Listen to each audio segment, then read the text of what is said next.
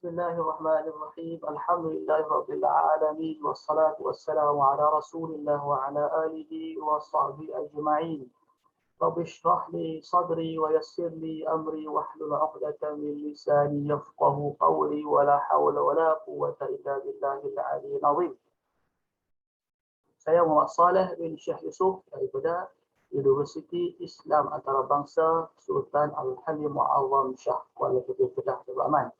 InsyaAllah saya akan membentangkan sebuah kertas kerja yang bertajuk Kritikan terhadap teks karya Ma'alim At-Tanzil oleh Muhammad Al-Husain Al-Baghawi dan dalam tafsir Nur Al-Ihsan.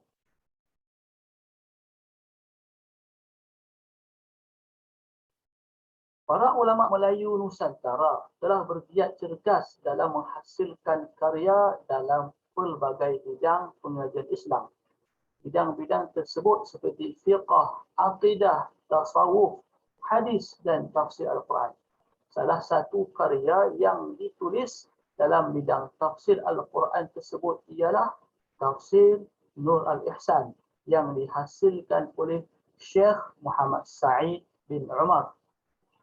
Hasil tinjauan pengkaji didapati bahawa terdapat sebilangan pengkaji-pengkaji terdahulu yang berpendapat bahawa pengarang karya ini tidak menggunakan sumber-sumber rujukan yang muktabar ketika menghuraikan fakta-fakta berkaitan ayat-ayat suci Al-Quran. Bacaan awal pengkaji sendiri mendapati sememangnya pengarang sebenarnya tidak menggunakan pendapatnya sendiri ketika mentafsirkan ayat-ayat Al-Quran. Dalam karyanya itu, bahkan banyak karya-karya rujukan muktabar yang beliau rujuk. Pengkaji mendedahkan bagaimana rujukan-rujukan tersebut. Bagaimana rujukan-rujukan tersebut dipetik dan dinukil oleh Syekh Muhammad Sa'id bin Umar. Semua sumber rujukan yang digunakan daripada karya Ma'alim At-Tanzil oleh Muhammad Al-Husain Al-Baghawi didedahkan. Okay. Pengkaji, penulis, pengarang tafsir Nur Al-Ihsan telah mengambil 5 pendekatan ketika mengolah teks dari karya yang beliau rujuk itu, iaitu teks dinukil secara tepat dan selari dari karya Ma'alim At-Tanzil oleh Muhammad Al-Husain Al-Baghawi. Pengarang menukil teks secara abstrak daripada karya tersebut. Pengarang menghilangkan beberapa perkataan dari teks yang dirujuk sebelum dimuatkan dalam tafsir Al-Ihsan. Pengarang menambah huraian dan penjelasan terhadap teks yang dinukil serta pengarang menafikan sebahagian teks yang dirujuk daripada karya Ma'alim At-Tanzil oleh Muhammad Al-Husain Al-Baghawi itu. Kata kunci, tafsir Al-Ihsan, Ma'alim At-Tanzil oleh Muhammad Al-Husain Al-Baghawi, pendekatan genetik membandingkan sumber rujukan mengkritik. Perbincangan.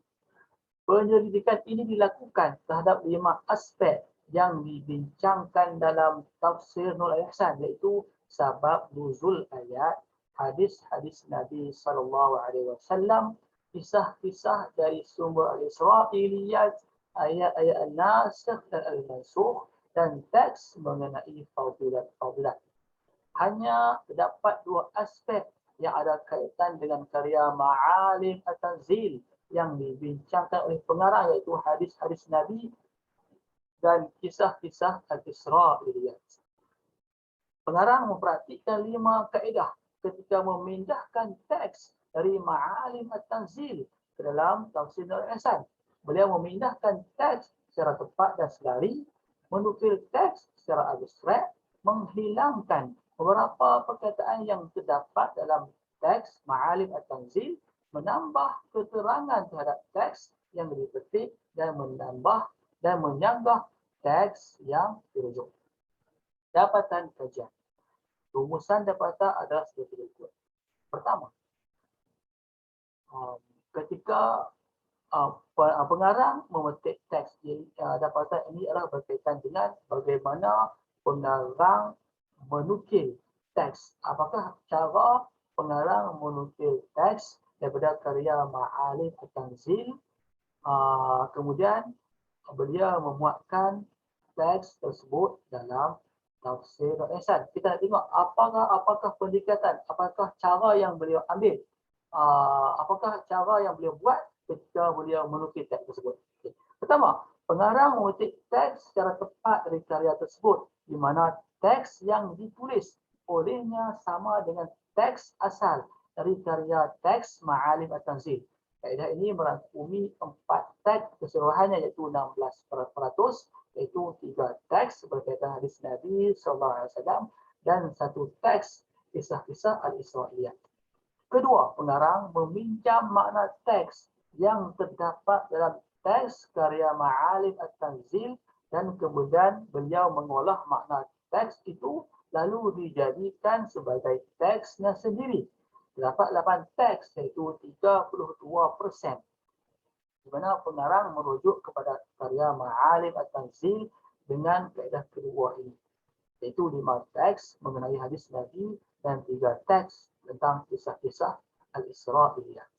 Ketiga, pengarang menghilangkan atau memotong ayat atau kalimah tertentu daripada teks yang dinukil dari karya Ma'alim At-Tanzil. Terdapat 9 teks, iaitu 36%, di mana pengarang menggunakan kaedah ketiga ini, iaitu 7 teks hadis Nabi dan 2 teks tentang kisah-kisah Al-Isra'iliyah. Keempat, pengarang telah memperluas keterangan dan huraian teks yang beliau rujuk untuk memudahkan masyarakat memahami isi kandungan karya dan tafsirannya. Terdapat 3 teks, iaitu 12%, berkaitan kaedah keempat ini, di mana pengarang telah membuat penambahan pada teks yang diambil dari karya Ma'alim At-Tanzil, iaitu 1 teks mengenai hadis Nabi dan 2 teks berkaitan kisah-kisah Al-Isra'iliyah. Dan terakhirnya, pengarang menyanggah atau menukar maklumat yang dapat dalam teks karya Ma'alim At-Tanzil yang dipinjam. Hanya 1 teks di mana pengarang telah melakukan kaedah kelima ini, iaitu teks mengenai kisah-kisah Al-Isra'iliyah. Kesimpulannya ialah kejayaan pengarang terhasil. Pengarang berhasrat untuk mengukuhkan karyanya. Oleh itu, kejayaan pengarang terhasil apabila teks yang ditulis mengenai satu aspek, misalnya fadilah dalam tafsir Ihsan, sesuai dengan teks yang dirujuk dari karya Mafatih Al-Ghaib, di mana persamaan itu bertepatan dengan bentuk teks dan juga kandungan teks. Sementara teks dari karya tafsir Ihsan, kita tengok terjemahan kedua-duanya adalah sama dan selalu. Manakala pengarang gagal merealisasikan tujuannya itu ketika teks yang ditulis bertentangan dengan teks yang dirujuk. Melalui teks tafsir Ihsan, pengarang menyatakan bahawa kedudukan haiwan liar yang dalam bahtera Nabi Nuh, pengarang menceritakan haiwan liar berada di lapisan tengah bahtera, sedangkan berada di tengah bahtera, dan manusia berada di lapisan atas bahtera. Berbanding dengan teks karya Ma'alim At-Tanzil yang menyatakan bahawa manusia berada di tengah-tengah bahtera. Di bahagian bawah diletakkan semua binatang buas, dan di bahagian atas bahtera adalah burung-burung. Petikan dan terjemahan seperti ini mengelirukan pembaca dan masyarakat, dan pada masa yang sama menjadikan tujuan dan niat pengarang pada bahagian ini gagal. Jadi teks yang dirujuk dengan teks asal pengarang dia tak sama, dia bertentangan, menyebabkan tujuan pengarang untuk memperkukuhkan teks karya Tafsir Ihsan pada bahagian ini telah gagal.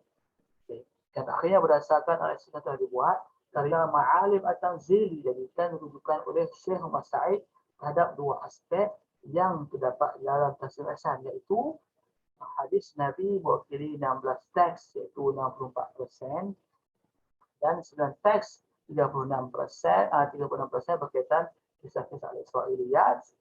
Oleh itu, artikel ini membuktikan bahawa Syekh Muhammad Sa'id dalam menghasilkan karya tafsir Al-Ihsan ini tidak menggunakan fakta yang tidak berasas atau menggunakan pendapatnya sendiri.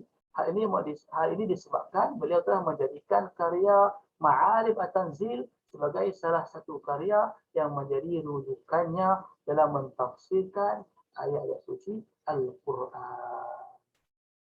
Wabillahi taufiq wal hidayah.